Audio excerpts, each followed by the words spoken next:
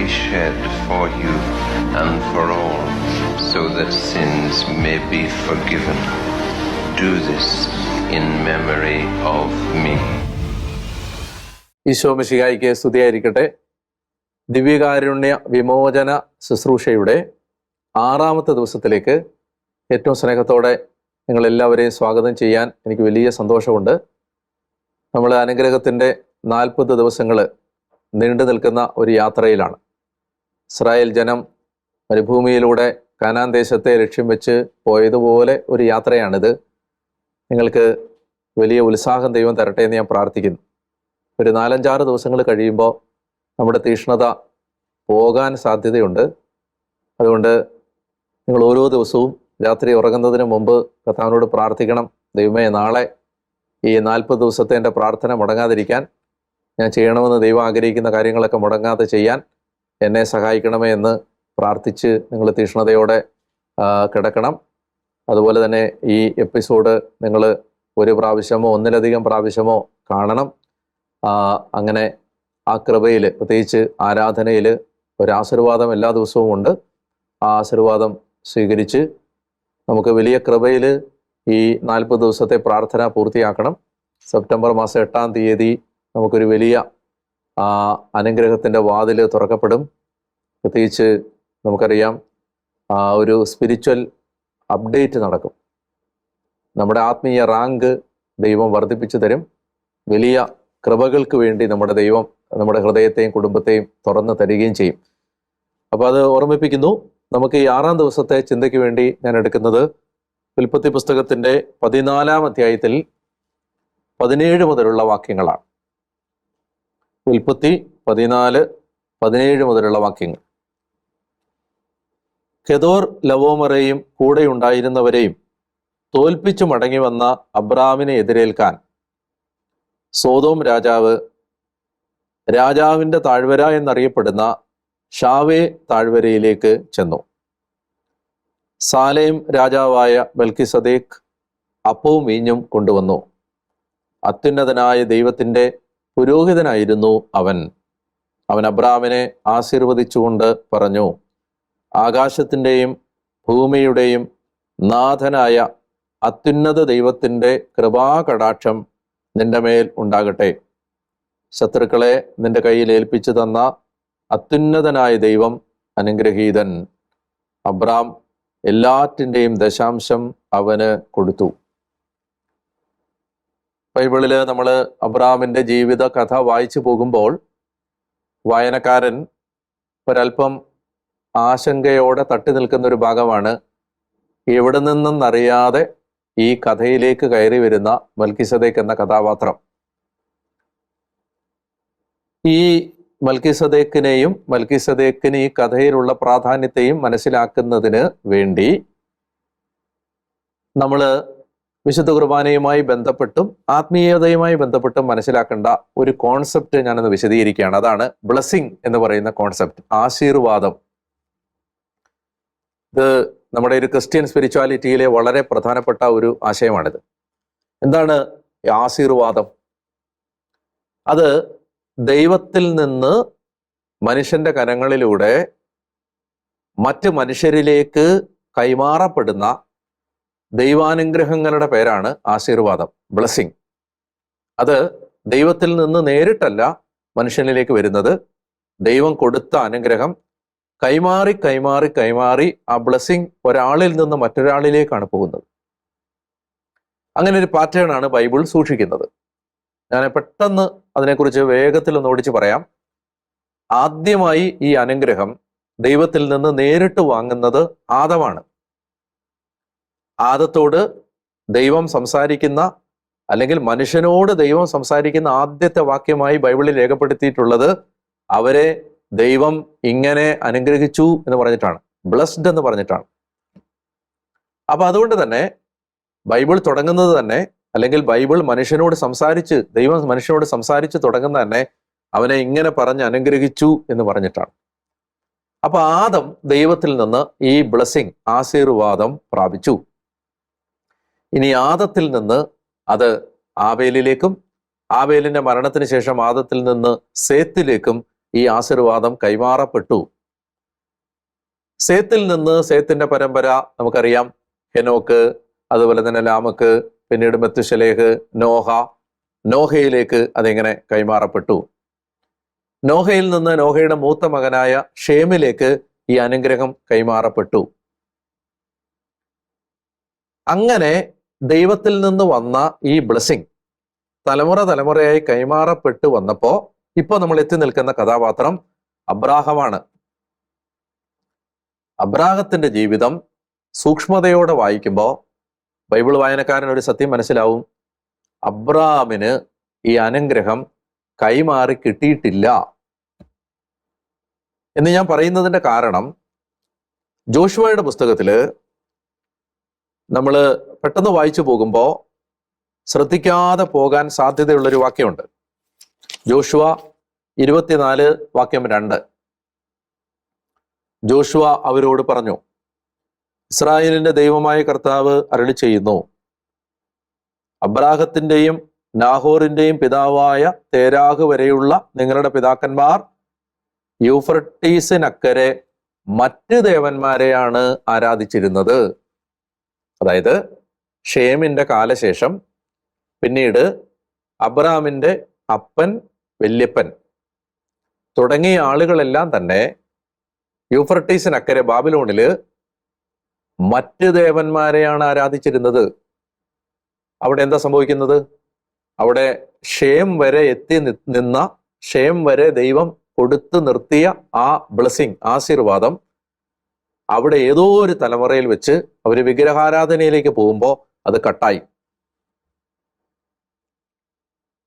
ഇനി രക്ഷാകര ചരിത്രം മുന്നോട്ട് കൊണ്ടുപോകാൻ അബ്രാം നിൽക്കുകയാണ്.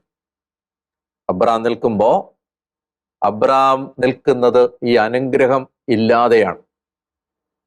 അബ്രാം ദൈവം പറഞ്ഞു കേട്ട് വന്നു, കനാൻ ദേശത്തേക്കുള്ള യാത്രയൊക്കെ വന്നു, എങ്കിലും ഈ ബ്ലെസ്സിങ് ലൈൻ മുറിഞ്ഞിട്ടുണ്ട്. വിഗ്രഹാരാധന നടത്തിയത് വഴി യഹോവയായ ദൈവത്തിൽ നിന്നുള്ള അനുഗ്രഹം മുറിഞ്ഞുപോയി, വിഗ്രഹങ്ങളിലേക്ക് തിരിഞ്ഞു. ഇവിടെ മൽക്കീസദേക്കിന്റെ കഥയിലെ സാങ്കത്യം, ഇവിടെ മുറിഞ്ഞുപോയ ഈ ആശീർവാദം അബ്രാമിന് തിരിച്ചു കൊടുക്കാനാണ് മൽക്കീസദേക്ക് വരുന്നത്. അതുകൊണ്ട് യഹൂദ പണ്ഡിതന്മാര് ഈ ഭാഗം വ്യാഖ്യാനിക്കുമ്പോൾ പലരും അഭിപ്രായപ്പെട്ടിട്ടുണ്ട്, ഒന്നുകിൽ ഇത് ഷേമോ, നോഹയുടെ മകനായ ഷേമോ, ഷേമിന്റെ സന്താനങ്ങളിൽ ആരെങ്കിലുമോ ആയിരുന്നിരിക്കണം മൽക്കീസദേക്ക് എന്ന ഒരു അഭിപ്രായം ബൈബിൾ പണ്ഡിതന്മാരുടെ ഇടയിലുണ്ട്.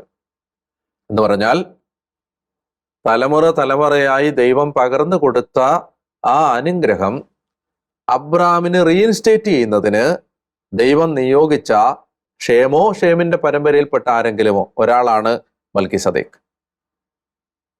അങ്ങനെയാണെങ്കിൽ വളരെ ശ്രദ്ധിച്ച് മനസ്സിലാക്കണം, അബ്രാമിന് ദൈവത്തിൽ നിന്നുള്ള ആശീർവാദം മൽക്കീസദേക്ക് തിരിച്ചു കൊടുക്കാൻ പോവാണ്. അയാൾ തിരിച്ചു കൊടുത്തത് എങ്ങനെയാണ്? നമ്മൾ വായിക്കുന്നത് എങ്ങനെയാണ്? സാലേം രാജാവായ മൽക്കീസദേക്ക് അപ്പവും വീഞ്ഞും കൊണ്ടുവന്നു. എങ്ങനെയാണ് ഈ അനുഗ്രഹം റീഇൻസ്റ്റേറ്റ് ചെയ്യുന്നത്? ചുമ്മാ വന്നിട്ട് തലയൊക്കെ വെച്ച് അനുഗ്രഹിക്കുകയല്ല. അപ്പവും വീഞ്ഞും കൊണ്ടുവന്നു എന്ന് പറഞ്ഞാൽ തൊട്ടടുത്ത വാക്യത്തിൽ പറയുന്നുണ്ട്, അവൻ അത്യുന്നതനായ ദൈവത്തിന്റെ പുരോഹിതനായിരുന്നു. ഈ 2 വാക്യങ്ങൾ കൂട്ടിച്ചേർത്ത് വായിച്ചാൽ ഈ പുരോഹിതൻ അപ്പവും വീഞ്ഞും കൊണ്ടുവന്ന് വെറുതെ ഇങ്ങനെ കാണിക്കുകയല്ല, അവൻ അവിടെ ഒരു ബലിപീഠം പണിത് അവിടെ അപ്പവും വീഞ്ഞും കാഴ്ചവെച്ചു. ആ ബലി നടത്തിയിട്ട് അബ്രാമിനെ അനുഗ്രഹിച്ചു. തലമുറ തലമുറകള് അല്ലെങ്കിൽ പൂർവികര് കളഞ്ഞു കുളിച്ച, നഷ്ടപ്പെടുത്തിയ അനുഗ്രഹം അബ്രാമിന് മൽക്കീസദേക്ക് എന്ന പുരോഹിതൻ തിരിച്ചു കൊടുക്കുന്നത് അപ്പവും വീഞ്ഞും ബലിയർപ്പിച്ചിട്ടാണ്, ബലിപീഠം പണിതിട്ടാണ്, വെറുതെ അല്ല. അപ്പൊ നമ്മൾ ഇതിൽ നിന്ന് മനസ്സിലാക്കേണ്ട ഏറ്റവും വലിയ പാഠം എന്ന് പറയുന്നത്, നമ്മുടെ ജീവിതത്തില് നമ്മുടെ പൂർവികര്, നമ്മുടെ മാതാപിതാക്കള്, ആൻസസ്റ്റേഴ്സ് കളഞ്ഞു കുളിച്ച ദൈവകൃപകൾ നമ്മൾ തിരിച്ചു പ്രാപിക്കേണ്ടത് ബലിപീഠങ്ങളിലൂടെയാണ്, ബലിയർപ്പിച്ചുകൊണ്ടാണ്. മൽക്കീസദേക്ക് പുരോഹിതനാണ്. ഞാൻ അതിനെക്കുറിച്ച് ഒരു വാക്കുകൂടി പറയാം. നമുക്കറിയാം ബൈബിളിൽ 2 ലൈൻ ഓഫ് പ്രീസ്റ്റ്ഹുഡ് ഉണ്ട്. പൗരോഹിത്യത്തിന്റെ 2 കൈവഴികൾ ബൈബിളിലുണ്ട്. ഒന്നാമത്തേത് ആദ്യജാതന്മാരുടെ പൗരോഹിത്യം, priesthood of the first bone എന്ന് പറഞ്ഞാൽ എന്താണ്? ബൈബിളിലെ ആദ്യജാതന്മാര് മൂത്ത മകനിൽ നിന്ന്, അപ്പനിൽ നിന്ന് മൂത്ത മകനിലേക്ക്, പിന്നീട് ആ അടുത്ത തലമുറയിലെ മൂത്ത മകനിലേക്ക്, ഇങ്ങനെ ഫസ്റ്റ് ബോൺ, അങ്ങനെ കൈമാറി പോയ പൗരോഹിത്യം. ഓരോ കുടുംബത്തിലെയും പുരോഹിത ശുശ്രൂഷ ചെയ്യാനുള്ള ഉത്തരവാദിത്വം ഈ കുടുംബത്തിലെ മൂത്ത മകനായിരുന്നു. അതാണ് priesthood of the first bone. മരുഭൂമിയിൽ വെച്ച് കാളക്കുട്ടിയെ ആരാധിച്ച് കഴിയുമ്പോൾ മുതൽ ഈ ആദ്യത്തെ പൗരോഹിത്യം ഇല്ലാതാവും. പകരം ലേവ്യ പൗരോഹിത്യം, രണ്ടാമത്തേത് ലെവിറ്റിക് പ്രീസ്റ്റ്ഹുഡ്, അത് ആരംഭിക്കും. പിന്നീട് സ്നാപക യോഹന്നാന്റെ കാലം വരെ ഈ ലേവ്യ പൗരോഹിത്യമുണ്ട്. സ്നാപക യോഹന്നാൻ യേശുവിന് ജ്ഞാനസ്നാനം കൊടുക്കുമ്പോൾ പൗരസ്ത്യ സുറിയാനി ആരാധനാ പാരമ്പര്യങ്ങളിൽ ഇങ്ങനെയൊരു കാഴ്ചപ്പാടുണ്ട്. യോഹന്നാൻ യേശുവിന് ആ പഴയ നിയമ പൗരോഹിത്യം, ലെവിറ്റിക്കൽ പ്രീസ്റ്റ്ഹുഡ് തിരിച്ചേൽപ്പിച്ചു എന്ന്. യേശുക്രിസ്തുവിലൂടെ വീണ്ടും ഈ ആദ്യജാതന്മാരുടെ പൗരോഹിത്യം, അതാണ് ക്രിസ്തു. ആ ക്രമം അനുസരിച്ചാണ്, മൽക്കീസദേക്കിന്റെ ക്രമം അനുസരിച്ചാണ്, ആദ്യജാതന്മാരുടെ ക്രമം അനുസരിച്ചാണ് ക്രിസ്തു പുരോഹിതനായി മാറുന്നത്. അങ്ങനെ ആ പൗരോഹിത്യത്തിലാണ് പുതിയ നിയമസഭയിലെ പുരോഹിതന്മാര് പങ്കുചേരുന്നത്. അത് കൈമാറി കിട്ടുകയല്ല, അതിൽ പങ്കുചേരുകയാണ്. ക്രിസ്തു മാത്രമാണ് പുരോഹിതൻ. ആ പൗരോഹിത്യത്തിൽ പുതിയ നിയമസഭയിലെ പുരോഹിതന്മാർ പങ്കുചേരുകയാണ്. അവരിലേക്ക് കൈമാറി വരികയല്ല, പങ്കുചേരുകയാണ്. അപ്പൊ ഇങ്ങനെ 2 ലൈൻ ഓഫ് പ്രീസ്റ്റ്ഹുഡ് ഉണ്ട്. ഇപ്പൊ മൽക്കീസദേക്ക് റെപ്രസെന്റ് ചെയ്യുന്നത് ആദ്യജാതന്മാരുടെ പൗരോഹിത്യത്തെയാണ്. ഞാൻ പറഞ്ഞത് ഇത്രയേ ഉള്ളൂ. മൽക്കീസദേക്ക് വന്ന് അബ്രാഹത്തിന് നഷ്ടപ്പെട്ട ആ പൂർവികരുടെ അനുഗ്രഹം, തലമുറയെ കൈമാറി കിട്ടിയ അനുഗ്രഹം തിരിച്ചേൽപ്പിക്കുന്നത് ബലിയർപ്പിച്ചിട്ടാണ്, ബലിപീഠം പണിതിട്ടാണ്. അപ്പോൾ അതുകൊണ്ട് നമ്മുടെയൊക്കെ കുടുംബങ്ങളിൽ നിങ്ങൾ ചിന്തിക്കുകയാണ്, നിങ്ങൾക്ക് പൂർവികരുടെ അനുഗ്രഹം ഇല്ല, അല്ലെങ്കിൽ നിങ്ങളുടെ പൂർവികർ ആരെങ്കിലും കൊലപാതകം ചെയ്തിട്ടുണ്ട്, കുടുംബങ്ങൾ നശിപ്പിച്ചിട്ടുണ്ട്, അല്ലെങ്കിൽ സാമ്പത്തികമായ അനീതി കാണിച്ചിട്ടുണ്ട്, നിരപരാധികളുടെ കണ്ണുനീര് ഈ ഭൂമിയിൽ വീഴുന്നതിന് നിങ്ങളുടെ പൂർവികർ കാരണമായിട്ടുണ്ട്, അല്ലെങ്കിൽ നിങ്ങളുടെ പൂർവികർ വിഗ്രഹാരാധകരായിരുന്നു, അന്ധവിശ്വാസികളായിരുന്നു. ഇങ്ങനെ ഏതെങ്കിലും തരത്തിൽ ചിന്തിക്കുന്നുണ്ട്, അതിന്റെ അനുഗ്രഹത്തിന്റെ തടസ്സം നമ്മുടെ കുടുംബത്തിനുണ്ടെങ്കിൽ എന്താണ് പോംവഴി? ആ നഷ്ടപ്പെട്ട അനുഗ്രഹങ്ങൾ തിരിച്ചു കിട്ടാൻ ബലിപീഠങ്ങൾ പണിയുക, ബലിയർപ്പിക്കുക. എല്ലാ ദിവസവും വിശുദ്ധ കുർബാനയിൽ പങ്കെടുക്കുക. കുർബാനയിൽ പങ്കെടുക്കുമ്പോൾ കിട്ടുകയാണ് ഈ അനുഗ്രഹം തിരിച്ചു കിട്ടാൻ. നമ്മൾ കാണുന്നത് എന്തെന്നറിയാമോ? മൽക്കീസദേക്ക് അബ്രാമിനെ ആശീർവദിച്ചുകൊണ്ട് പറഞ്ഞ വാക്യങ്ങൾ, ആകാശത്തിന്റെയും ഭൂമിയുടെയും നാഥനായ അത്യുന്നതനായ ദൈവത്തിന്റെ കടാക്ഷം, സത്യദൈവത്തിന്റെ അനുഗ്രഹം നിനക്കുണ്ടാവട്ടെ, ശത്രുക്കളെ നിന്റെ കയ്യിൽ ഏൽപ്പിച്ചു തന്ന അത്യുന്നതനായ ദൈവമാണ് അനുഗ്രഹീതനായ ദൈവം. 2 കാര്യങ്ങളാണ്. ഒന്ന്, നിനക്ക് ഇപ്പൊ ഈ രാജാക്കന്മാരെ തോൽപ്പിച്ച് ലോത്തിനെ രക്ഷിക്കാൻ കഴിഞ്ഞത് നിന്നെ ദൈവം സഹായിച്ചത് കൊണ്ടാണ്. ദൈവത്തിന്റെ കരുണയാണത്. ദൈവമാണ് നിന്റെ സമ്പത്ത്. അവിടുന്ന് നീ കൊള്ളയടിച്ച് കിട്ടിയ സമ്പത്തല്ല, ദൈവമാണ് നിന്റെ സമ്പത്ത്. അതുകൊണ്ട് അത് നീ മറന്നു പോകരുതെന്നാണ് മൽക്കീസദേക്ക് പറയുന്നത്. നമുക്ക് ദൈവം തന്ന നന്മകളൊന്നും മറന്നു പോകാതിരിക്കാനും, നമ്മൾ വന്ന വഴികളൊന്നും മറന്നു പോകാതിരിക്കാനും, അതുപോലെ തന്നെ നമുക്ക് നഷ്ടപ്പെട്ട അനുഗ്രഹങ്ങളെല്ലാം തിരിച്ചു കിട്ടാനും. കഥ പറഞ്ഞില്ലേ, എൻ്റെ ഓർമ്മയ്ക്കായിട്ട് നിങ്ങളിത് ചെയ്യണമെന്ന്. എൻ്റെ ഓർമ്മയ്ക്കായി നമ്മൾ മറന്നു പോകാതിരിക്കാൻ, ദൈവം നടത്തിയ വഴികൾ മറക്കാതിരിക്കാൻ, അതുപോലെ തന്നെ നമുക്ക് നഷ്ടപ്പെട്ട എല്ലാ അനുഗ്രഹങ്ങളും തിരിച്ചു കിട്ടാൻ ഒരു വഴിയേ ഉള്ളൂ. അത് ദൈവത്തെ ആരാധിക്കുക, ബലിപീഠം പണിത് ബലിയർപ്പിച്ച് ദൈവത്തെ ആരാധിക്കുക. നമുക്കിന്ന് നമ്മുടെ ജീവിതത്തിൽ നമ്മൾ അഭ്യസിക്കേണ്ട നന്മ ക്ഷമയുടെ ഒരു പുണ്യമാണ്. ക്ഷമ. മറ്റുള്ളവരോട് ക്ഷമിക്കാനുള്ള ഏതെങ്കിലും മേഖല നമ്മുടെ മനസ്സിലുണ്ടെങ്കിൽ നമുക്കറിയാം, മാനുഷികമായിട്ട് നമുക്ക് ആരോടും ക്ഷമിക്കാൻ പറ്റത്തില്ല. ക്ഷമിക്കാൻ പറ്റണമെങ്കിൽ കർത്താവ് സഹായിച്ചാലേ പറ്റൂ. നമുക്കിന്ന് കർത്താവിന് മുമ്പിൽ ആ തീരുമാനം എടുക്കാം. എന്നെ വേദനിപ്പിച്ചവരോട്, എന്നെ കരയിപ്പിച്ചവരോട്, എനിക്ക് അപമാനം തന്നവരോട് ഹൃദയപൂർവ്വം ക്ഷമിക്കാൻ ഞാൻ തീരുമാനിക്കുന്നു. ഇനി ഒഴിവാക്കേണ്ട തിന്മയാണ് ശത്രുത, എനിമിറ്റി. നമുക്ക് ശത്രുത അവസാനിപ്പിക്കാനും ശത്രുത ഒഴിവാക്കാനും അതുപോലെ തന്നെ സ്നേഹത്തിൽ ജീവിക്കാനുമുള്ള ഒരു കൃപ കിട്ടാൻ പ്രാർത്ഥിക്കണം. അപ്പോൾ അഭ്യസിക്കേണ്ട പുണ്യം ഫൊർഗിവ്നെസ്, ക്ഷമ, ഒഴിവാക്കേണ്ട പാപം എനിമിറ്റി, ശത്രുത. ടാസ്ക് ഇതാണ്. കൊരിന്തോസ് ലേഖനം 1 കൊരിന്തോസ് 13-ാം അധ്യായം സ്നേഹത്തിന്റെ ഗീതമാണ്. സ്നേഹം സകലതും ക്ഷമിക്കുന്നു, സകലതും സഹിക്കുന്നു. അപ്പോൾ ആ സ്നേഹഗീതം ഒരു 2-3 പ്രാവശ്യം ഒന്ന് വായിച്ച് നമുക്ക് അങ്ങനെ ഒരു എല്ലാവരെയും സ്നേഹിക്കാനും ക്ഷമിക്കാനുമുള്ള ഒരു കൃപ, ഹൃദയവിശാലത കിട്ടുന്നതിന് വേണ്ടി പ്രാർത്ഥിക്കാം.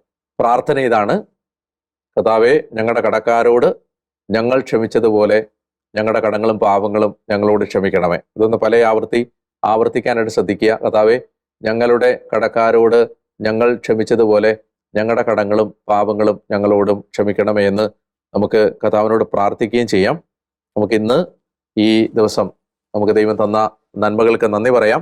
ഞാൻ ഒരിക്കൽ കൂടി നിങ്ങൾ മറന്നു പോകാതിരിക്കാനാണ് നമ്മൾ ഈ ശുശ്രൂഷയുമായിട്ട് ബന്ധപ്പെട്ട് എല്ലാ ദിവസവും നിങ്ങൾ ചെയ്യണം എന്ന് ആഗ്രഹിക്കുന്ന കാര്യം നിങ്ങളെ ഓർമ്മിപ്പിക്കുന്നത്.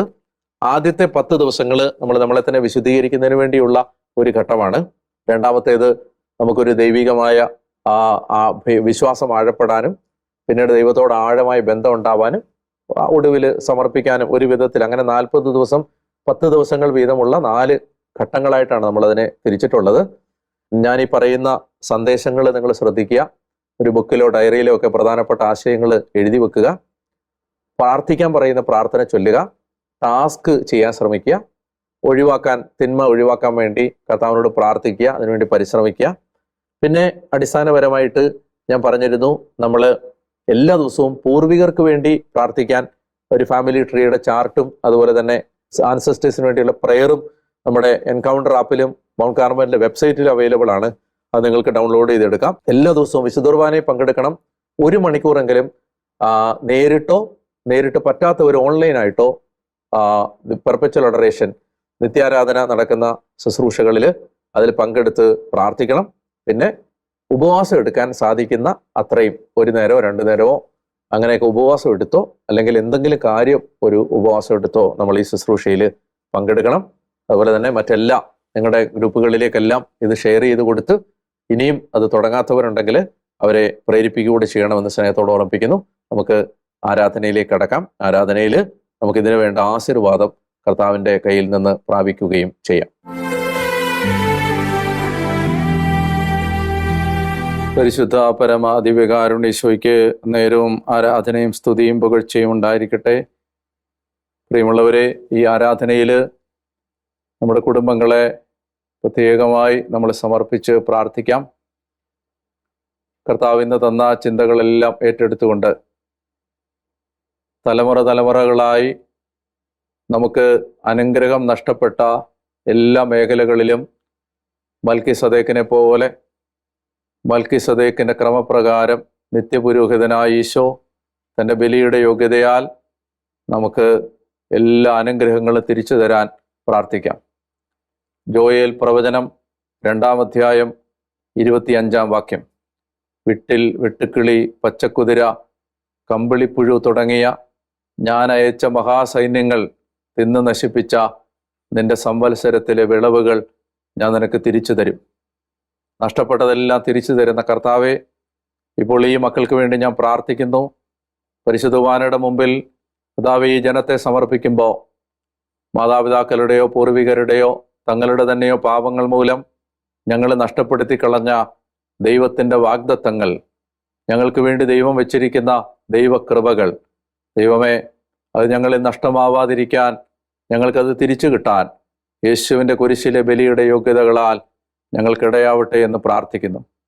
കർത്താവായ ദൈവമേ, ഏതെങ്കിലും തരത്തിൽ അനർത്ഥങ്ങളോ ആപത്തുകളോ അപകടങ്ങളോ ദുരിതങ്ങളോ കുടുംബത്തിലെ പരാജയങ്ങളോ സാമ്പത്തിക ഞെരുക്കങ്ങളോ കർത്താവെ ഏതെങ്കിലും കണ്ണുനീരിൻ്റെ അനന്തരഫലങ്ങളോ ഞങ്ങളുടെ കുടുംബങ്ങളെ വേട്ടയാടുന്നുണ്ടെങ്കിൽ ഞങ്ങളെ അനുഗ്രഹത്തിലേക്ക് തിരിച്ചു കൊണ്ടുവരണമേ. കർത്താവേ, ഞങ്ങളുടെ നഷ്ടപ്പെട്ട നല്ല കാലങ്ങൾ തിരിച്ചു തരണമേ. കർത്താവേ, നഷ്ടപ്പെട്ട വർഷങ്ങൾ തിരിച്ചു തരണമേ. നഷ്ടപ്പെട്ട സമ്പത്ത് തിരിച്ചു തരണമേ. നഷ്ടപ്പെട്ട ആരോഗ്യം തിരിച്ചു തരണമേ എന്ന് ഞങ്ങൾ പ്രാർത്ഥിക്കുന്നു. ദൈവമായ കർത്താവേ, ഈ ആശീർവാദത്തിലൂടെ അവിടുന്ന് മൽക്കീസദേക്കിലൂടെ അബ്രാഹാമിനെ അനുഗ്രഹിച്ചതുപോലെ ഈ ദിവ്യകാരുണ്യത്തിൻ്റെ കരങ്ങൾ ഞങ്ങളുടെ തലയിൽ വെച്ച് അവിടുന്ന് അനുഗ്രഹിക്കണമേ എന്ന് പ്രാർത്ഥിക്കുന്നു. നമുക്ക് ഈശോയുടെ ആശീർവാദം സ്വീകരിക്കാൻ ഒരുക്കാം.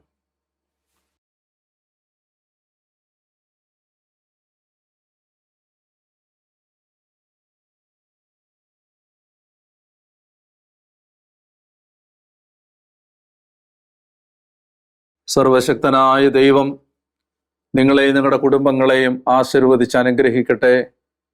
നിങ്ങൾക്ക് നഷ്ടപ്പെട്ടതെല്ലാം കർത്താവിൻ്റെ ഈ ആശീർവാദം നിങ്ങൾക്ക് തിരിച്ചു തരട്ടെ. സന്തോഷവും സമാധാനവും ആരോഗ്യവും അഭിവൃദ്ധിയും നഷ്ടപ്പെട്ട നിങ്ങളുടെ ജീവിതത്തെ കർത്താവ് പുനഃസ്ഥാപിച്ച് കർത്താവിൻ്റെ മുമ്പിൽ പ്രസാദകരമായ ഒരു ജീവിതമാക്കി മാറ്റട്ടെ.